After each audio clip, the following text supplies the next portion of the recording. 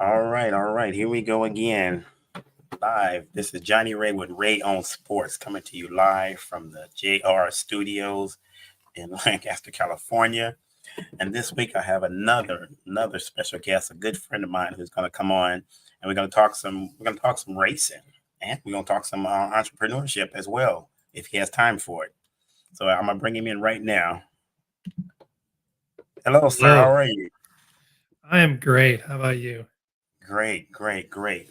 So for those who don't know, this is Scott Davis, aka Scotty D. I know him as Scotty D. I never knew his last name was Davis. Yep. He's 33 years old from Kenosha, Wisconsin originally. He moved to California in 2015, and then he moved to Bowling Green, Kentucky in 2023. He's a mechanical engineer, and drifting is his hobby. That's how we met. We've been knowing each. God, how long we've been knowing each other? Jeez. Well, when I lived in Lancaster, that was 2015 to 2018, so Yeah, 2017-ish, so 7 years now. yeah. So we've been knowing him 17 years. And he started a company called Drift Parts. I'm sorry. He sold it, and now he's starting another one focused on inspiring people and helping others, as well as producing more products. So welcome, sir. Welcome to Ray on Sports. Thank you. Happy to be So here. let's just get in. Let's get right into it. Let's talk. Oh my God, we got a lot to talk about. I haven't talked to you in a while. I've been seeing your posts. I've been trying to follow you. Watching your racing, and let's talk about the racing first. Let's get into that about the Yeah. drifting and all that. For people who don't know what drifting is, let's explain that to them. Yeah. So drifting, I guess it's like the most like playful form of motorsports. I guess I'll say it in the nice way. I always call it the degenerate motorsport, but drifting is just it's fun. I mean, it's the most fun you can have in a car, I think. It's controlling the car sideways. You're using momentum and power to be in drift, which is you know at counter steer the back end of the car, kind of leading the way. And there's different levels of drifting. There's like a grassroots just for fun. People just go out and obviously everybody starts there, but I got to a point where I built my car and my skill up to the point where I could do competitive drifting. And there's a pro level that I never wanted to get into, but there is a professional series in the US and there's judging criteria for these competitions. Um, but yeah, I mean it's just a fun thing to do. Rear wheel drive, cars, manual. We use handbrakes. It's a very different motorsport. A lot of people watch racing and they ask if drifting is timed and it's not. They ask if you're supposed to pass people and you're not. And then they go, well, then what is it? But the main objective of drifting is to put the vehicle as close to objects as you can, or in zones, we call them.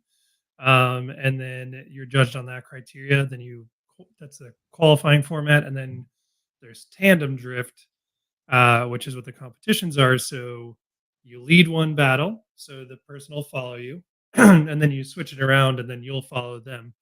And the goal with chasing is to mimic and have as much proximity to the lead car as possible. So they'll judge you based on how good your lead run was, like how much you were in the zones, how committed you were, how much angle was in the car, how few corrections you made. And then in the chase, they'll judge how close you are to the lead car.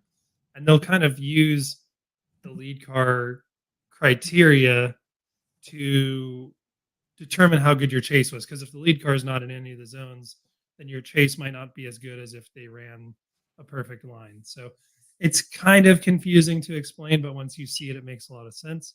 And then you nerd out on it like I do, and then you can see all the minutia of it. So um, Right. when I was actually working with you at BYD, I was traveling 8 times a year to be on a professional team. One of the years I was a just a crew person, and then the following year I was a spotter. So a spotter is just people think spotter like NASCAR. They might have an idea. People might not even know that race car drivers have spotters, but um, in regular racing, a spotter will tell you kind of where your line is clear if people are approaching you from behind. But in drifting, the spotter job is kind of all proactive. I'm watching the way that people are running before the battle comes up. and Hmm. then providing as much feedback and insight to the driver that I'm working with on how the other person drives. So I really got to pay attention to the way everybody drives and see all the adjustments and see all the judging criteria. And so I just kind of nerded out on it and got really good at being able to see what judges are looking for, how, you know, what good driving is, how it's rewarded. But yeah, so I was doing that while I was working. And so every time I took a vacation, I was just going to work. Wow. Yeah. Wow. So Yeah.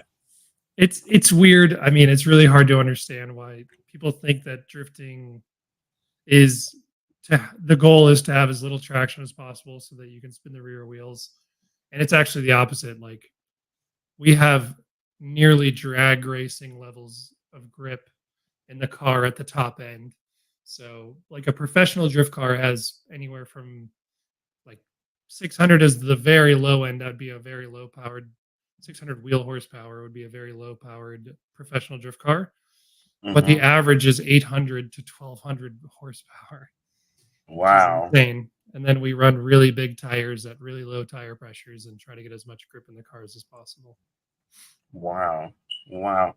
So, for that, people, and I have, I probably you have probably like the avid fans that watch the movies and see it in the movies and wonder, is that real? Is it CGI? Or, can they really do that? Like, I'll take a movie like Fast and Furious. That's one of the Yes, popular ones. Tokyo Drift. it's really awesome because Tokyo Drift was like extremely revolutionary for the sport because Tokyo Drift was early on. That was like early 2000s, and the professional series of drifting in the United States started in 2004.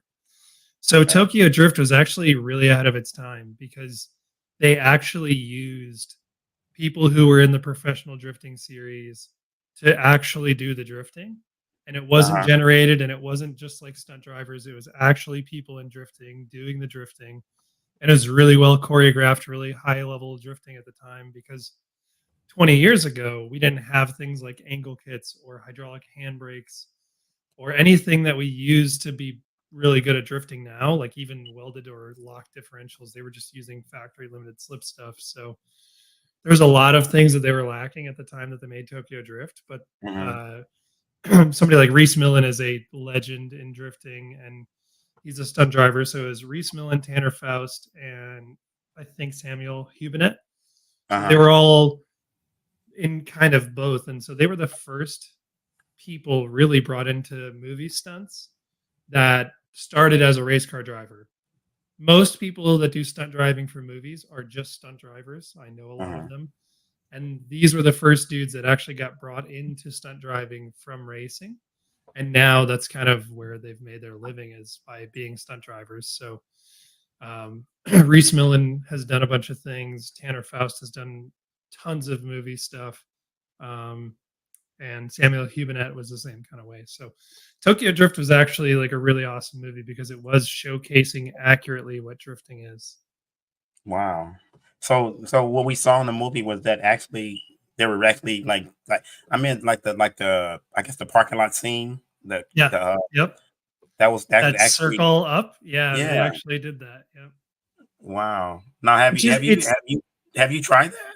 Have you done that? that I could do it, no problem. I mean, it's not that hard to do, but it looks skilled because of the proximity to things. That's what the thrill of drifting is. It's like, oh wow, you're driving it sideways at very close proximity to things around you. Now, Mhm. it takes a few tries. Like that, that definitely was not something that was nailed first try, but it's still a very skilled thing to do. I mean, most people can't even do a controlled donut, Right. let alone make a transition or maintain a drift at a certain proximity to something. So um, that's the thing is like it looks so interesting, and then people get into it, and then they get really discouraged because they're not Uh-huh. good at it. Uh-huh. But that's part of my journey is I really enjoy helping people progress in it and learning new things about it. So it's not, again, it's a hobby. It's not like saving lives or curing cancer, but it does still feel good to be a part of the community and be able to give to them and help people learn it. Wow. Right. Now also I know that you also build your own cars as well. Is that true that Yeah, you build your own yeah, cars? I design everything for the stuff that I build. So, like I said, I mean, I started a company making drift car parts. It grew pretty big. I sold it. I was working with that company, and then they kind of decided to go their own way. But yeah, I designed whole race cars before, like every aspect of it. I have the whole vehicle in SolidWorks, which is a CAD program. Hmm. So yeah, Oh yeah. I'm a big nerd about this stuff. I really enjoy it and the technical aspects of it.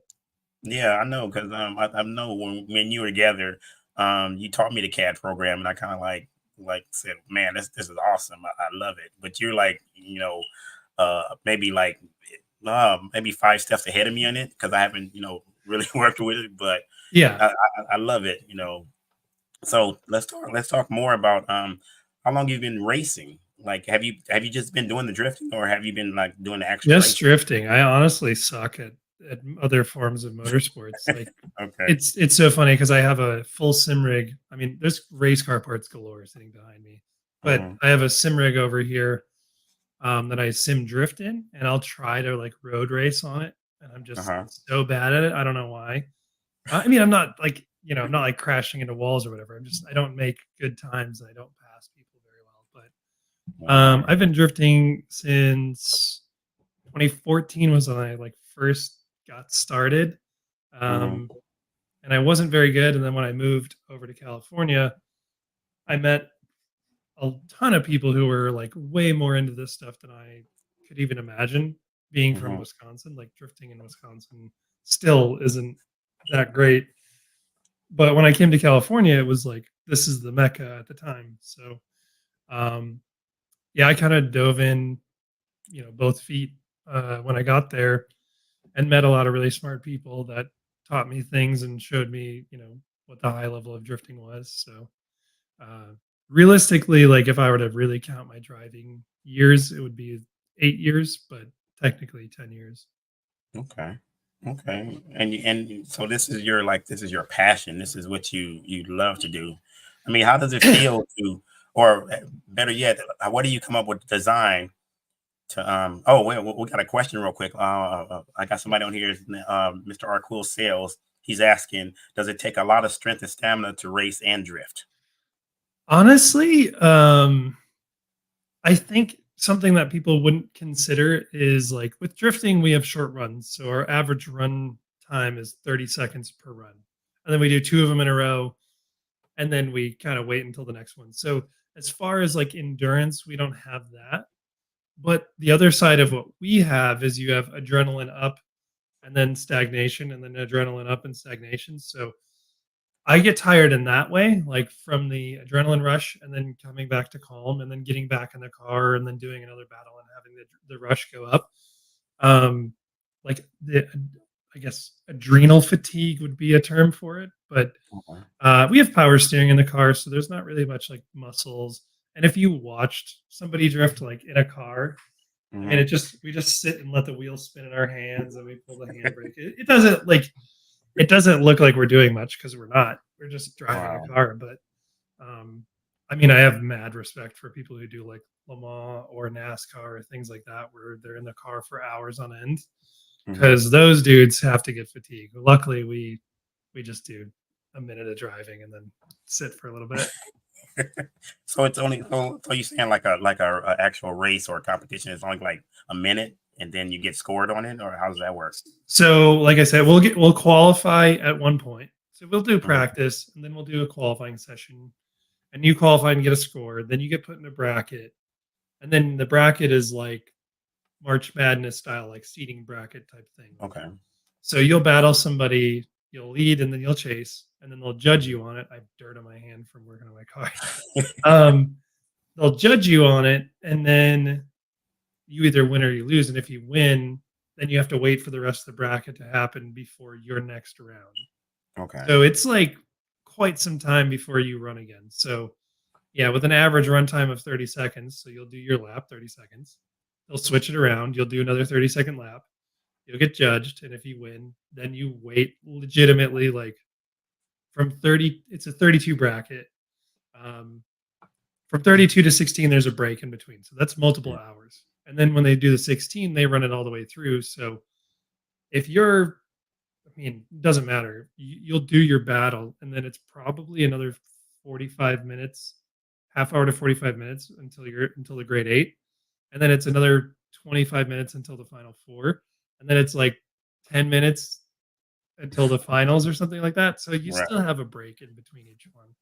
Okay. Okay. Cool. Okay. So I got another question from him because this is my buddy. He's into racing and he loves Yeah. this. He said, "What would you recommend training? Would you recommend training for people who wanted to start? And what's the best kind of car to drift in?" Yeah. So I'll answer that the way that I answer everybody. Honestly, the cost of drifting um, and racing, even. I mean, I think that simulators are so accessible now that I wouldn't even tell somebody to get started in a real car. I would say get a simulator setup because even somebody like me, I mean, I drive at a pretty high level, but I still use my simulator all the time to learn new tracks, to keep myself, there. So if it's something that you're going to want to do for a long time, you're going to end up getting a simulator anyway. But the Hmm. simulator eliminates the variables of an unreliable car, the cost of tires, fuel, track entry, where your head's at, the time between runs, all these things where you can just get in it and just rip lap after lap after lap and go to any track that you want to, use any car that you want to, and learn at whatever pace that you want to. Um, that way, you're not spending a bunch of money because drifting and motorsports in general are very expensive. Hmm. And I don't know if you have the money to go do it, then do it. But most of us don't. So a simulator is a really good way to do that. And like a really good setup, like a really good starter setup is still only going to be like a grand. Hmm. Um, but then you build a computer. So you'll be like 2,500 to 3 into a simulator. But then Hmm. you have it, forever. It's not uh going to be there forever. I see his questions. Yes, track only.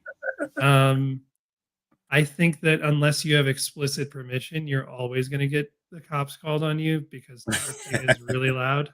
Like Right. tires squealing is very loud. Uh, so somebody's going to call on you, and even if you have permission, somebody that lives nearby or whatever is going to call on you. And I think that you need to have the freedom of not being worried about getting in trouble or damaging something or having to get home because Hmm. drifting is probably, besides rally racing, it's a high likelihood that you're going to crash into something because Wow. that's what we're trying to do is get close to stuff. But Right. and it's also controlling a vehicle that's out of control. Right. Um, Right. But other than that, I mean, there are classes, especially in SoCal, right there at Willow Springs. There's some great people like Taka Aono and Naoki who both run different drift schools at Willow Springs. Um, I do have sim drifting lessons online, which I Oh, think really? is way more useful because I can observe every single aspect. I don't have to sit in the car. People don't have the nerves of somebody good sitting in the car next to them or breaking it or whatever. You can kind of just drive the way you want. Wow. Um, And you said they're online. You have classes online. yeah, so Forged and Fervor is my new company, which is part of the whole idea of helping people or whatever. But that that's what the website. There's a scheduler on there for people who want to get input on sim drifting and things like that. Okay. Um, but I do think that's the right way to go. And if you're not technically literate, like if you're not a computer nerd or if you feel like you're lost, you can Uh-huh. even send me an email or sign up for something for me to tell you what you need to get started. Or there's plenty of people, if you know people in your area that are in drifting, chances Right. are they'll be able to hook you up with somebody who knows how to spec out a sim. Okay. Okay. Okay. Okay. Sounds good, Scott. Sounds good. We're on Ray on Sports here with my man Scott. I call him Scotty D. His name is Scotty Davis. He's I won't say former drifter because he still does it. Yeah. Um, but when I talked to him earlier, he said he was still working on the car. So is there any? Can you give us any insight on the car you're working on now? Yeah. So I had a New Edge Mustang with an LS and independent rear suspension that I just recently, like very recently, within the past 2 weeks, parted out because I've had it for 10 years. I mean, I had it in SoCal, I've had it in Wisconsin, uh, but yeah, there you go. But I now am building a Cadillac CTS-V wagon with 4 Okay. seats and LS and nitrous dog box, crazy, crazy cars. So that's in the works, and then I have an E46 wagon as well. So it's a BMW, like a 2003 BMW 3 Series wagon that I'm going to drift Oh, as well. So okay. I see he's asking about sponsorships. Yeah, I have quite a handful of them. I'm probably going to miss a few, but Brian Tooley Racing is the biggest one. BC Racing, I've been with them for a long time. I love those dudes. NRG, I mean, there's a bunch of NRG seats behind me and a bunch more in my house. I love NRG. They've been around for the longest time for me. GT Radial, I love the tires. They're the grippiest tires I've ever ran. ICT Billet, which is LS accessory brackets. Holly is a big partner of mine. Renegade Race Fuel. And there's tons more. Like it depends. I mean, some of the partnerships are bigger than others or whatever, but Right. that is a part of this and something that if we're talking about the reality of racing, I'd really like to get into cost versus benefit type thing because that's one of the things I feel like morally obligated to talk about whenever I talk to people about racing is I guess the deceptive nature of motorsports to make you Hmm. think that it's like a viable career path when it's really just a very expensive hobby that sometimes you get like reimbursed for a little bit. Right. Um, which I was lucky to like start a business in it and to get partnerships and to have the opportunities that I've had, but it's still net negative for me like over the years. Oh, wow. Um, most people just get to like, well, I wouldn't even say most people. I'd say that fraction of a percent get paid to do it. I would Hmm. say maybe 1% of people get to break even for it, and then I would say 98% of people are always pay for it. Um, Wow. Wow. but Oh, that's good. yeah. Oh, I'm sorry. Go ahead. Go ahead. Go ahead. Keep going. Yeah. Keep going. I just I don't want to discourage people. It's really just that I think that when, like, for example, when I got into it, you see people doing it at a professional level, and you're like, man, this is a career. Like you can do this. Hmm. That sounds cool. And then you get more involved with it and realize that most of them are just making a bunch of sacrifices to do it, which is a fair thing to say if you love doing it and it's worth it to you to like kind of break even on it because it's more fun than sitting at a desk. I can totally understand that. But I also know most of the people in the industry and most of the people on the professional level. And I know that a lot of them are not thriving. They just get to drift, and not have to pay for it. So a lot of these dudes either own a business or have another job, and then they get sponsorships, and the sponsorships kind of rarely reach numbers that would be impressive to anybody. I would say that 80% of the professional field has like an annual budget, and they have an 8 event series, Okay. and we could break down the costs of everything, but roughly for an 8 event series, most of the people are playing in a 70 to $120,000 budget for the year. To put it into perspective, you pretty much find a way to spend 15 grand around. So, Wow. uh, Wow. you, yeah, you're not really making Yeah. money. I mean, it's 10 to 15. So even if we call it 10, that's 80 grand a year just to go drifting. Hmm. Um, and they're, again, like I said, that's pretty much the average pro budget is 80 grand. So they're not making any money, but they're investing a lot of time into it. So it's one of those things that like I feel like oh, sorry, that might be my microphone. Yeah. Um but I feel like I need to express these things because I've seen it, and I don't ever want somebody to like fall into this idea that they need to go invest all of their money into doing a professional motorsport, because NASCAR is the same way too. I mean, it's very few of these people that um, authentically get to make it a career. It's usually people with wealth that are just going and finding a fun thing to spend their money doing. Wow. So with the sponsorships, like he asked about the sponsorships. So when we see all these guys with the sponsorships, is it more of a give and take? Like you sponsor my brand, I'm giving you this for it. It is not really a monetary thing. I mean, there's monetary, especially at like the top level. There is money, Okay. um, but that's kind of the thing. Is like the it depends on who it is, like what their well, this it's a very good point that this is leading into. I People in drifting or racing, I guess, drifting specifically, you're getting sponsored to be a marketing person. You're not getting sponsored to be a driver. Driving is your one of your media, like your mediums for advertising, but you're just a paid advertiser. So the better you are at advertising, not driving, the better you are at advertising, the more sponsorship involvement you're going to get. At the Unless you're at the top level, I mean the very top level, financial is hard to come by unless you're an influencer. Wow. Um, so, I mean, I have some financial, but it's not enough to survive, let alone even pay for the whole racing season. Wow. Uh, and it's only one of them is financial. So, um, all the rest of it's just parts.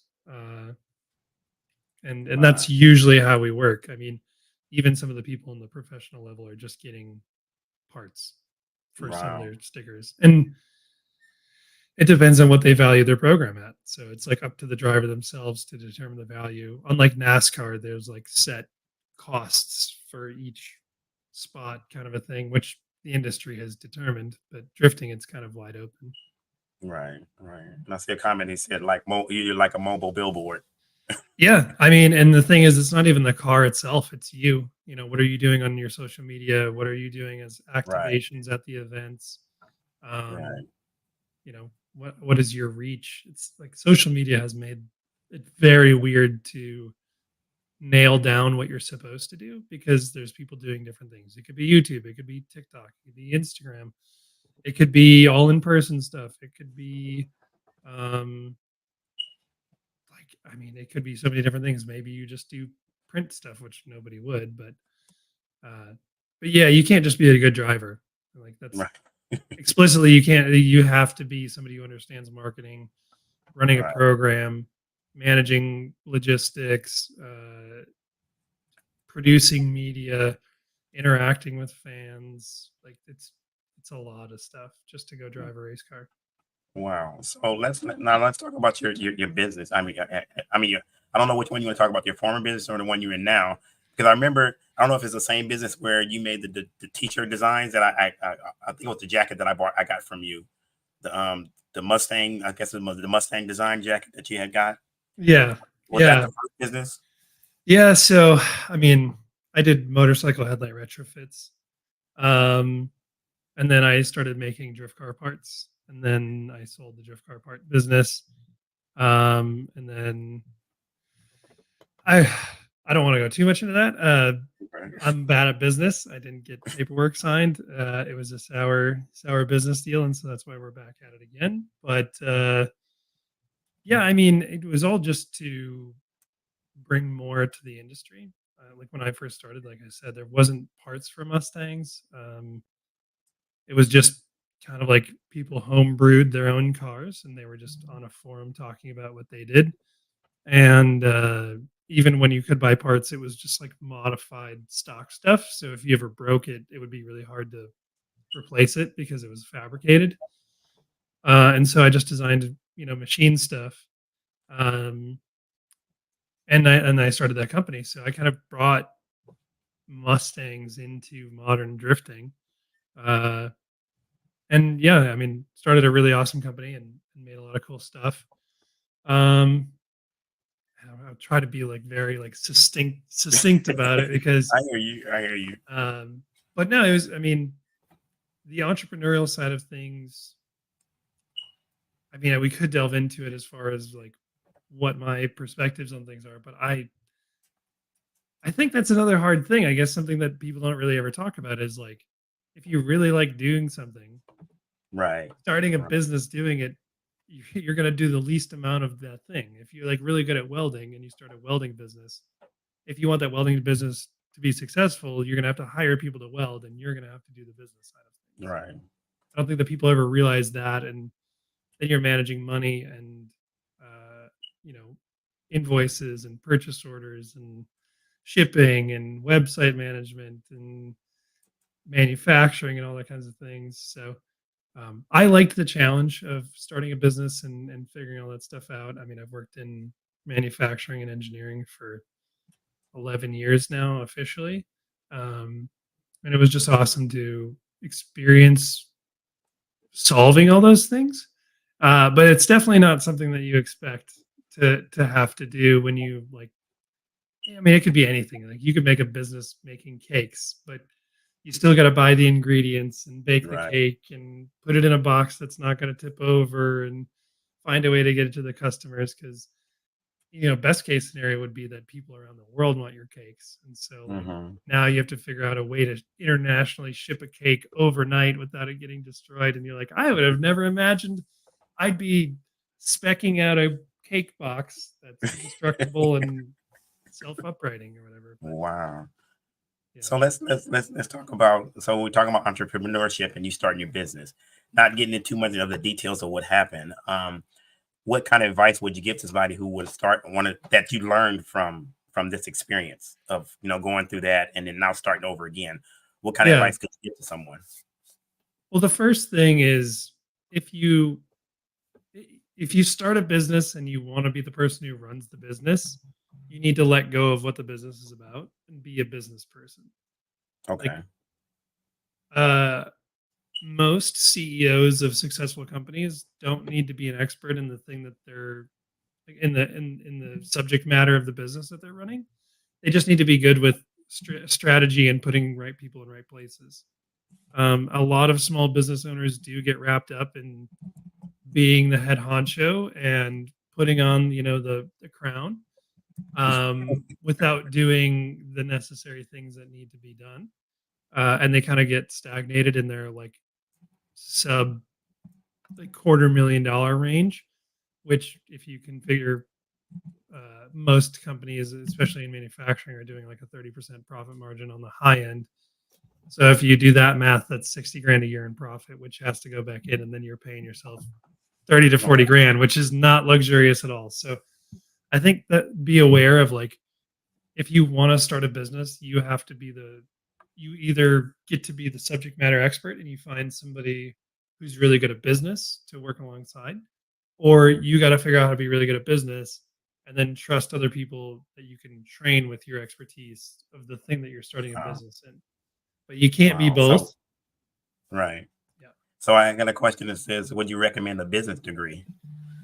Um, I don't know that I would. I don't think that it's necessary. I mean, I'm sure it's helpful. I'm not going to say it's hurtful. Um, but I definitely don't think you need a bachelor's or like, a full 4-year degree. If you do like online classes and get kind of, the basics of economics and business, I think that you'll be off to a good start. But the most successful business is going to be something that you truly believe is going to like make a positive impact on the world rather than just being eager about the idea of starting a business because you don't want to work for anybody else. Right. Like you got to like what you're doing and truly believe in the product or the service that you're providing the world, because otherwise you're just going to look for the easy out and then you'll just be selling fidget spinners and N95 masks during COVID, and then that stuff is very fleeting. Right. 'Cause I don't think that like, I mean, you can do those kinds of things. You can be a wholesaler or like kind of follow trends, but you're just going to be aiming for the bottom and like chasing the low dollar. I think that like somebody who doesn't have a lot of time or a lot of money to invest into doing a business, um, I would just start with just doing something that you're passionate about and not trying to find money in it. And then if you become good and people are bugging you so much to get what you're making or what you're doing, then consider like starting a business in it. But don't start with the idea of making money. Okay. I mean, and that's just my experience. But Okay. So uh, now, so I had a question about that business. So say you starting your business and you start putting your product out there. How would you deal with someone? Would you have stipulations on your product? Like say you're selling your product to someone and they want to redesign it and put it back out there, or they want to take something from it to make it not look like your product. What kind of what kind of things could you put in place, for them to say, hey, you can't do it, you got to take it as is? um, you mean a customer or another company like duplicating work? A customer, like say a customer orders orders some parts from you, and they want to build it, but they want to like change your brand and try to make it more look like theirs or something like that. Even though you made it custom for them, they want to they want to change it, something on it, like take something off of it or move it around. Yeah, I mean, it depends on what industry you're in. But my headlight business was all custom one of one work. Okay. And the problem with it is that you get into a linear scale. Basically, you have to put in more effort for more business because things are custom. Um, Otherwise, you just design stuff that you don't let people have a say in, and they can either buy it or they don't, and then you can scale because you can stock those items and have them produced at larger scales without you needing to make intervention on it. Um, I think that depends on what the industry is. Like I don't think that you're ever going to sell somebody a generic cake. It's a really good example because it's going to be for whatever event that they want. They're going to want it tailored to their wedding or to their birthday or their graduation. So like having a cake business, even if you have like templates, it's still going to Mhm. have some level of customization. But let's say you sell a wallet. Well, that's not even a good example because people are expressive with wallets. A plunger. I mean, nobody's going to really need to to customize a plunger. So you just Right. mass produce them and put them on shelves. But Mhm.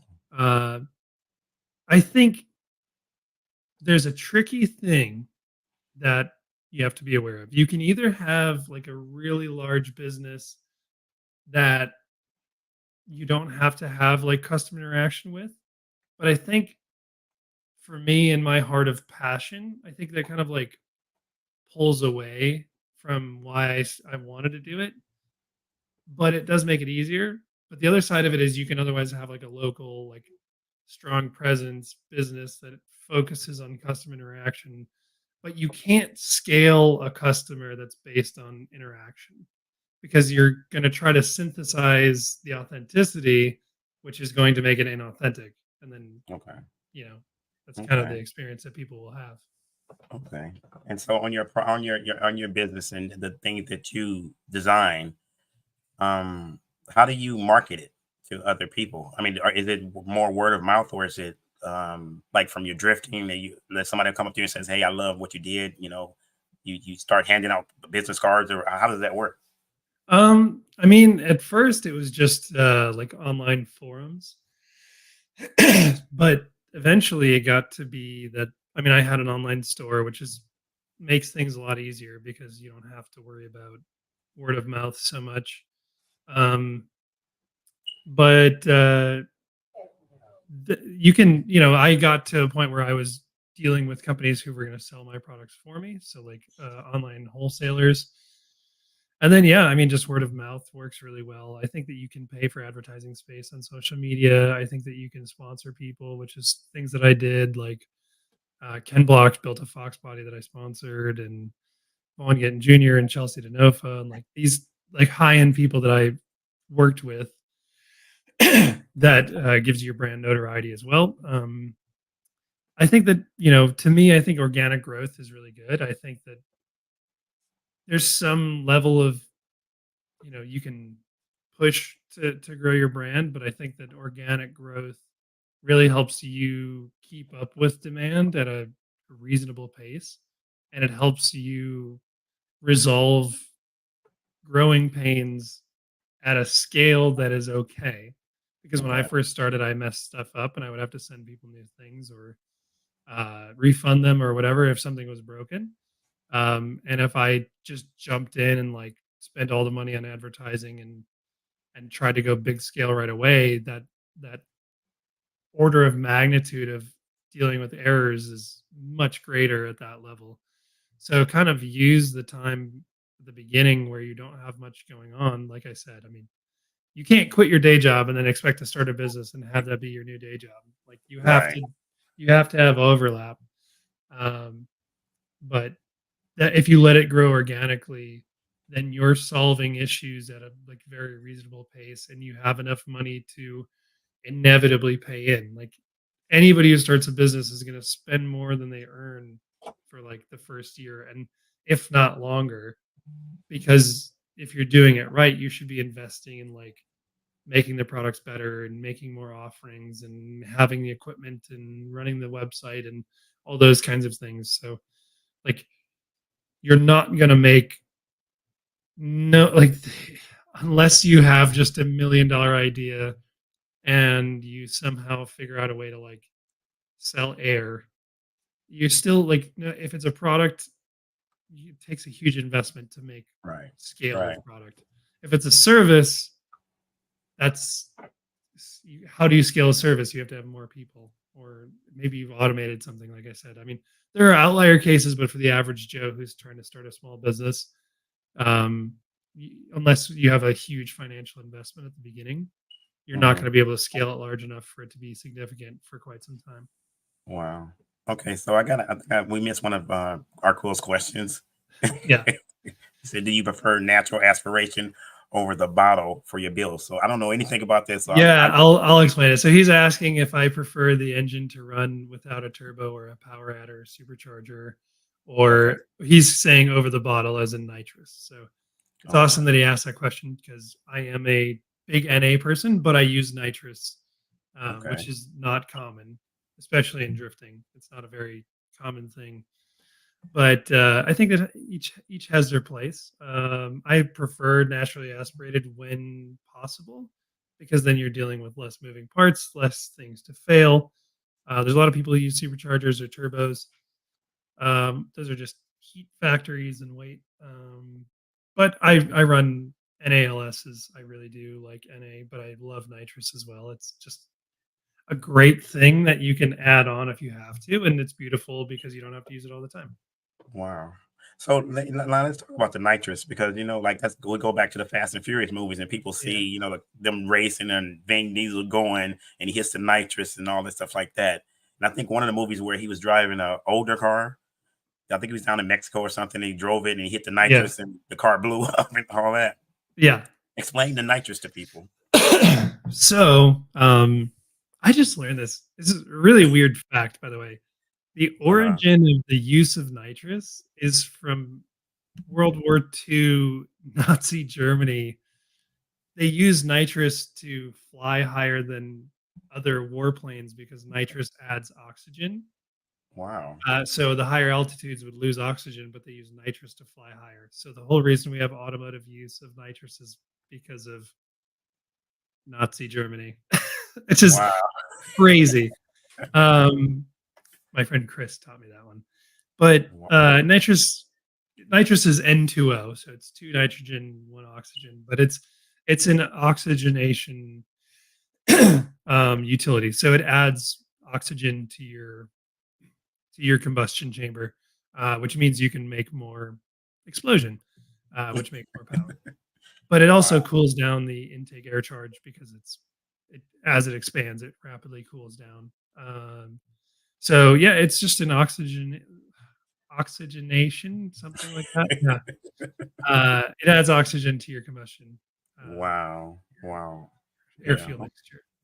Okay. Okay. So when we see all that stuff, it's like those things actually happen when we see the car blow up if it's too much. Does those Oh things actually? yeah, especially that one that you're talking about. He just ran nitrous directly to it. We use little tiny things called jets, Uh-huh. just very small orifice size Okay. to control exactly how much nitrous is going in. So we'll call them like people ask you what shot or what jet you're using, and it's the horsepower number. So on Okay. my car, I run 175 shot, which is 175 horsepower increase over the NA value.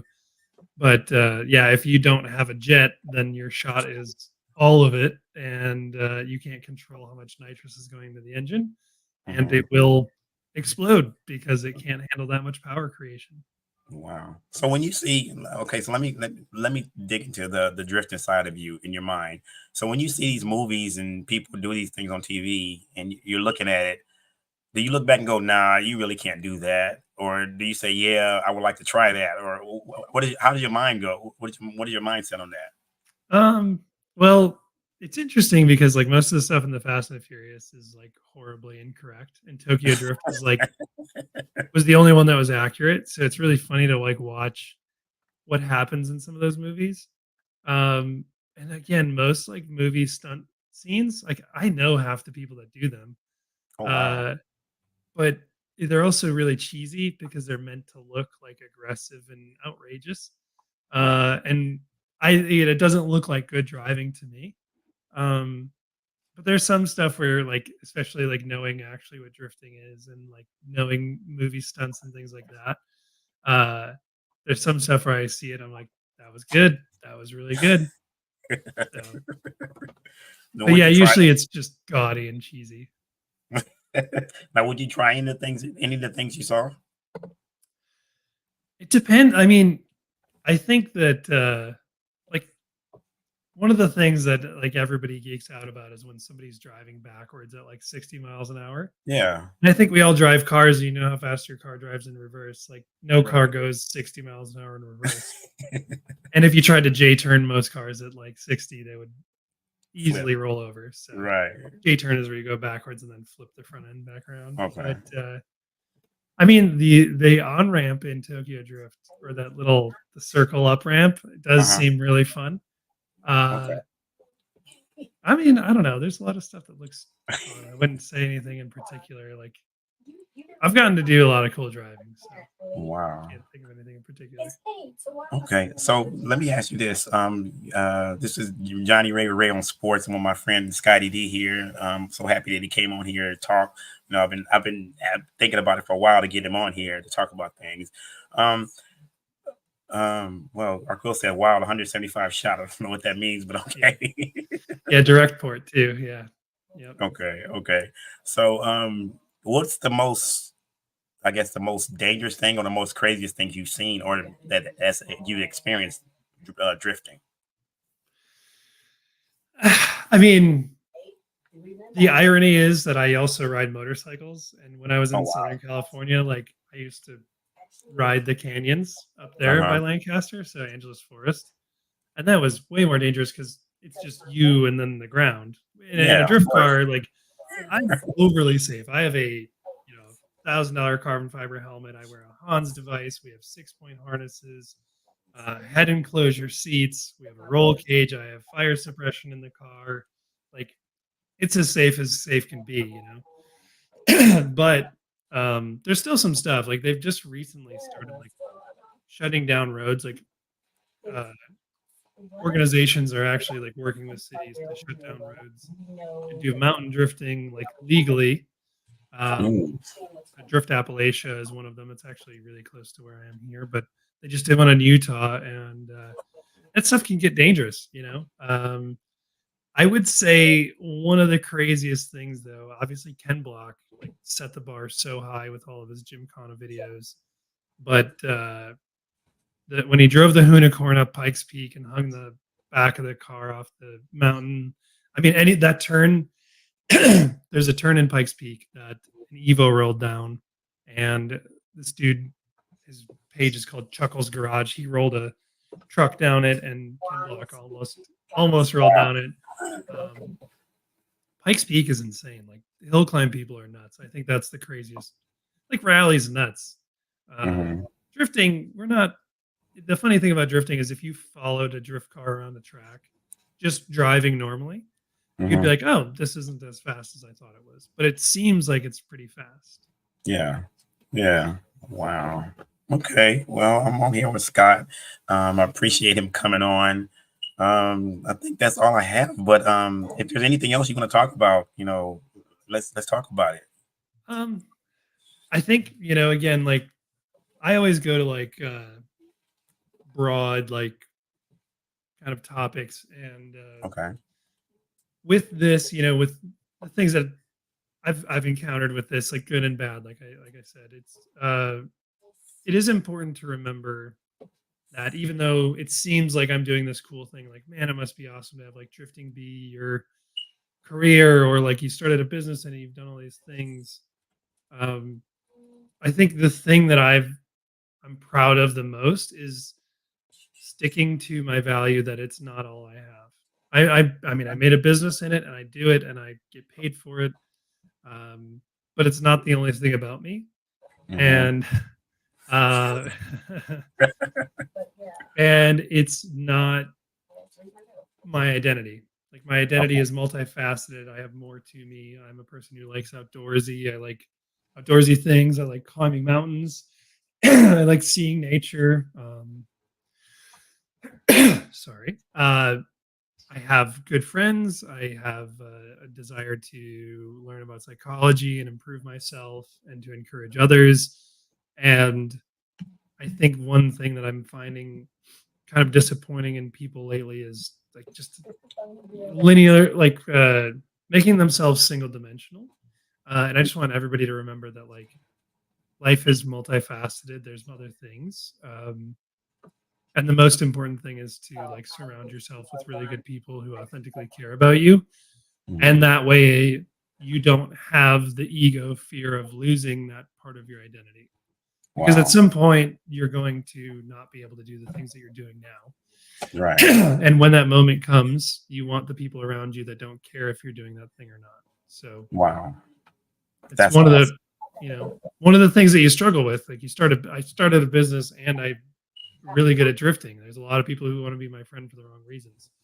Right. Um, and to find like the authentically good people who don't care if I'm doing it or not, and that are just as happy, eating popcorn, watching, up on Netflix as they are riding in the drift car with me. Like that's the thing to remember is that like there's so much more to life, and everything is going to come and go. And to remember that like you got to be able to like ride that wave of life and not hold on to stuff too tightly. There you go. There you go. That's well put, Scott. Well put. Now, Scott, and like for you guys that don't know, me and Scott's been friends before all this. We met at BYD. We hit it off right away. We're good. I consider him a good friend of mine. I always kept up with him. Every once in a while, we might have hit up on social media, and I'll send him a message or say hi or whatever he's doing. So it's not like I'm like he said. You got to find people that with you with in spite of. If he wa- Yeah, if he wasn't a drifter, I'd still be his friend. Those kind of people. So I yeah, consider you, Scott, one of those people that I would, be a friend. If your business went out of debt, if you went out of business tomorrow and you had nothing else but, like you said, Netflix and eating popcorn, I'd still be your buddy, your best friend, and I'd still be there for you. So I yeah, appreciate that. man. I appreciate that as well. Yeah.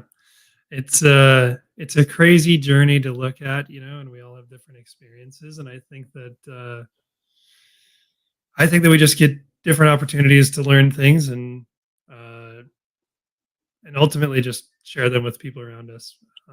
I think that we all are. Yeah, I'm getting like way too philosophical. I think that we're all here to help each other and to serve each other.